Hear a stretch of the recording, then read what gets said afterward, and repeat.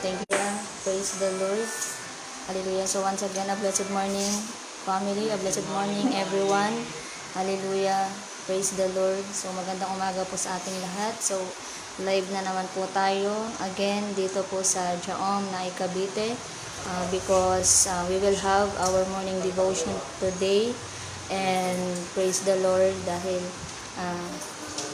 inallowed na naman ng Panginoon na makapag-sharing tayo ng kanyang salita sa ating mga family here and also sa lahat ng makakapanood. Hallelujah, praise the Lord. Thank you, Jesus. Grabe yung matatanggap natin sa umaga na to mula sa salita ng ating Panginoon.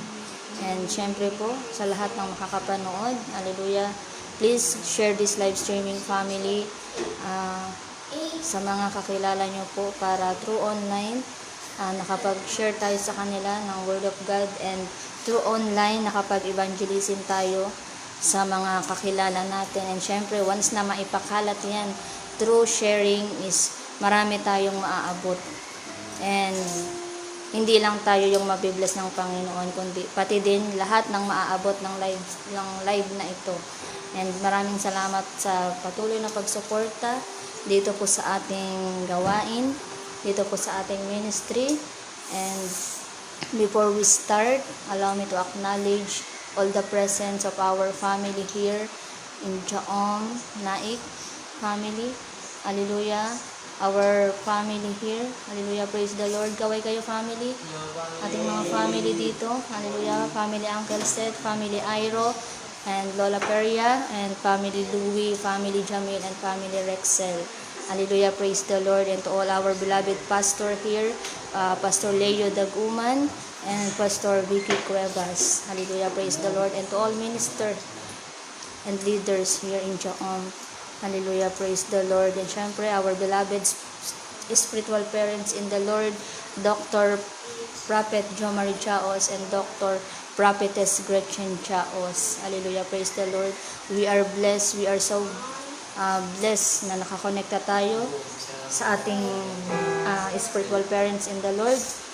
We are blessed na nakakonekta tayo to this ministry na alam naman natin ang ministry na to is ginagamit talaga sa mga huling araw. Lalo na ngayon sa mga pangyayari na nararanasan natin sa mga panahon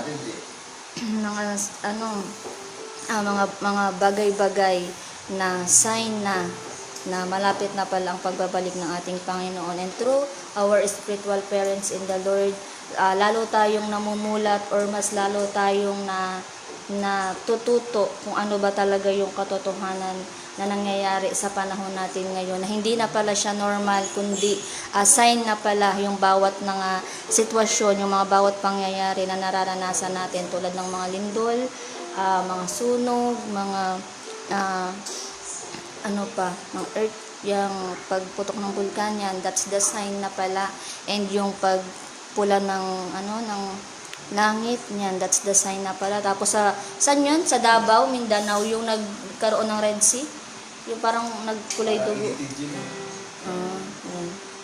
Yan, may mga sign na talaga na pinapakita ang Panginoon sa ating lahat. And that true sa mga sign na yan is dapat magising na tayo sa katotohanan na hindi na talaga tayo dapat magpaisi-isi pa. Dapat double time na talaga tayo sa paghikayat sa mga tao na bumalik sa presensya ng Panginoon, na patuloy na talaga tayong magpakalat ng salita ng Panginoon, kasi yung kaaway nga hindi napapagod or hindi nag-aaksaya ng oras para manira, magnakaw at magbigay ng sakit, karamdaman sa mga tao. So tayo din ang mga servant of God, we need to stand firm in the Word of God, na kailangan na maipahayag ang kanyang salita sa lahat ng bansa, sa lahat ng mga tao, upang hindi na mabulag pa yung mga tao sa mga mapanloko na mga gawa ng kaaway. Kasi sobrang na talaga, kailangan na natin magseryoso. Wala na tayo sa panahon na pwede pang magpaisi-isi dito. Hindi na talaga to easy yung mga pangyayari ngayon. and dapat maging gising na tayo sa katotohanan through our spiritual parents in the Lord na laging nagpapaalala. Stay connected talaga para hindi tayo malihis sa sa pinapatunguhan natin na landas. And through follow one voice lang talaga, kung ano yung sinabi ng spiritual parents natin, sunod lang talaga tayo. And malaking tulong sa atin yun para maka-advance and para maka-move forward tayo sa mga sitwasyon. So yun lang po, and before we start, let's have a prayer, opening prayer. Sige, pakitaas po ang kamay, family, and to all our viewers, at taas nyo din po yung kamay nyo and ipikit nyo yung mata nyo. And through this prayer, anumang mga sitwasyon, anumang mga pinagdadaanan natin sa buhay ngayon, through this prayer, magkakaroon tayo ng kapayapaan, ng kalakasan na mag-move forward pa sa buhay natin na ginagalawan ngayon. Sige, hallelujah, praise the Lord. Hallelujah, Father, in the name of Jesus Christ, salamat Panginoon to this morning, O God. Thank you for this chance, Panginoon, na makapag-sharing kami sa araw po na to, sa bawat isa, O God. Salamat sa regalo mong buhay, sa regalo mong pamilya, sa regalo mong salvation sa bawat isa, Panginoon. Salamat dahil patuloy mo pa rin po kami pinagkakalooban ng kalakasan ng panibagong araw na to para magpatuloy, Panginoon, na mag-serve sa iyo. Patuloy, Panginoon, na abutin yung mga tao na nangangailangan ng iyong salita, Panginoon. Yung mga tao na hanggang ngayon naliligaw ng landas na madaling madala ng mga gawa ng kaaway. Salamat, Panginoon, dahil patuloy mo pa rin ginagamit ang mga taong ito, Panginoon, ang mga servant of God, and also our spiritual parents, Panginoon, in these last days. Thank you for using our spiritual parents in these last days, O God. Thank you for their life na patuloy na nagpapaalala, patuloy kaming pinapalakas ang loob, Panginoon, na sa mga sitwasyon, merong mga pag-asa, merong magagawa, at merong magandang resulta the moment na naka-align po ang bawat isa sa salita ng Panginoon. Sigurado na hindi ganun magagapi ng kaaway or hindi masishaken ng kaaway the moment na sinunod ang salita mo, Panginoon. Maraming salamat, O God, sa pagkakataon na kahit sa kabila ng mga sitwasyon, nananatili pa rin po ang bawat isa na tumatayo para po maipahayag ang iyong salita, O God. Salamat, Panginoon, sa araw po na ito. At anumang mga plano, gawa ng kaaway, laban sa buhay ng bawat isa, laban sa aming gagawin sa araw na ito, Panginoon, and even sa lahat, Panginoon, ng iyong mga servant of God, anuman kanilang mga gagawin, anuman kanilang pupuntahan, anuman kanilang mga trabaho, Panginoon, lahat ng mga gawa ng kaaway, laban sa buhay ng bawat isa, masisira lahat, masusunog lahat sa pangalan mo, Jesus. In Jesus' mighty name, every witchcraft, wizard, witches, and curses be paralyzed now. In Jesus' mighty name, lahat ng mga espiritu na hindi galing sa iyo, Panginoon, mga espiritu na may gawa ng mga sakit, karamdaman, kahirapan, kawalan, tagutom, sakuna, disgrasya, untimely death, lahat ng mga dahilan ng mga karamdaman na to, Panginoon, lahat ng mga dahilan ng mga sitwasyon na kinakaharap ng mga tao mo, Panginoon, masisira lahat sa pangalan mo, Jesus. In Jesus' mighty name, every chain, lahat ng mga gapos sa mga tao, Panginoon, sa mga kahirapan, sakit at karamdaman, be broken now, be paralyzed now, in Jesus' mighty name. At lahat ng mga espiritu na hindi galing sa iyo, Panginoon, na may gawa ng mga galit, puot, hinanakit, samaan ng loob, kaguluhan sa pamilya, kaguluhan sa isipan, kaguluhan sa emosyon, be broken now, be paralyzed now, in Jesus' mighty name. In Jesus' mighty name, and every access of the enemy against your people, against each one of us, O God, be consumed, be paralyzed now, in Jesus' mighty name. In Jesus' mighty name. And as we are connected to your servant, O God, as we are connected to this ministry, O God, I decree and I declare that every declaration, every prophecy of your servant, O God, it shall come to pass over our life, O God, in Jesus' mighty name. At walang anumang gawa ng kaaway, walang anumang plano ng kaaway ang makakapagsira or magiging dahilan upang hindi namin matanggap ang lahat ng deklarasyon, ang lahat ng propesiya ng iyong propeta, O God. Maraming salamat, Panginoon. At sa araw po na to, hinihingi po namin ang iyong kaalaman, karunungan at pagkaunawa, Panginoon, na sa bawat salita mo na aming bibigkasin, O God, na sa bawat salita mo na aming pag-uusapan, O God, ikaw po, Panginoon, ang patuloy na mangusap, patuloy na magpaintindi, at patuloy na magpaunawa, Panginoon, sa bawat isa. Maraming salamat po, and I speak your love, your joy, and your peace na patuloy na magmanifest sa bawat isa, Panginoon, na sa bawat aming gagawin, na sa bawat aming isasalita, Panginoon, mararamdaman yung pag-ibig mo, yung kasiyahan mo, at yung kapayapaan mo sa bawat isa, Panginoon. Maraming salamat po, and I speak the blood of Jesus Christ to cover each one of us, O God, maging sa mga manonood, Panginoon, always covered by the blood of Jesus Christ. In Jesus' mighty name we pray. Amen. Thank you, Jesus. Praise the Lord. Hallelujah. So, hallelujah. Let's worship, family of the living God. Hallelujah. Praise the Lord. Calvary Church.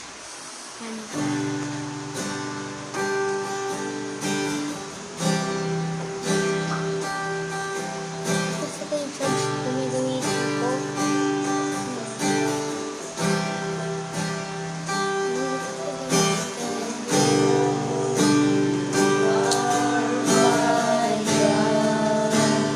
Sa mga viewers po natin, na alam po yung kanta, sunod po kayo, family. Let's worship the Lord of Lords. Let's worship the King of Kings. Hallelujah. Wala po tayong ibang dapat parangalan. Wala po tayong ibang dapat papurihin, kundi ang ating Panginoon lamang. Tanging si Jesus na ating tagapagligtas. Hallelujah. Praise the Lord.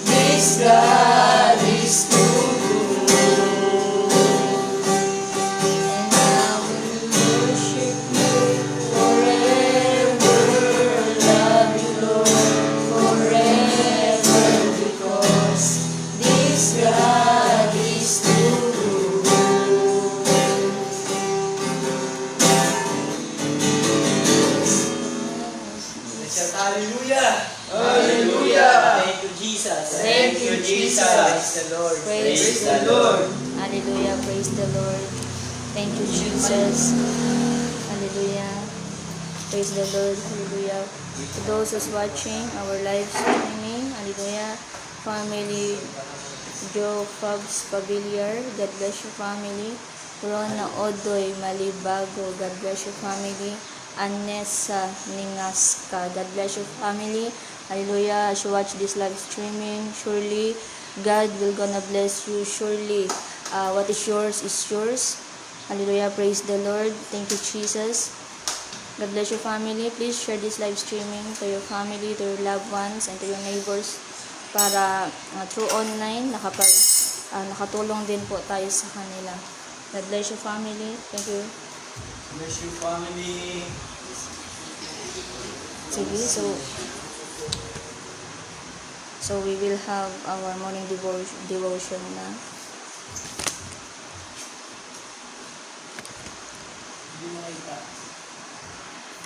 Hallelujah. Dalawa. Hindi.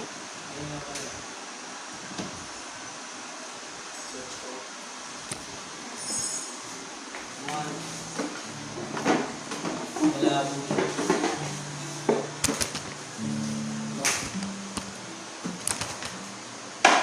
Yan. Tingnan ko din. Kailan pa yan? Yun pa din. Sige, patay na.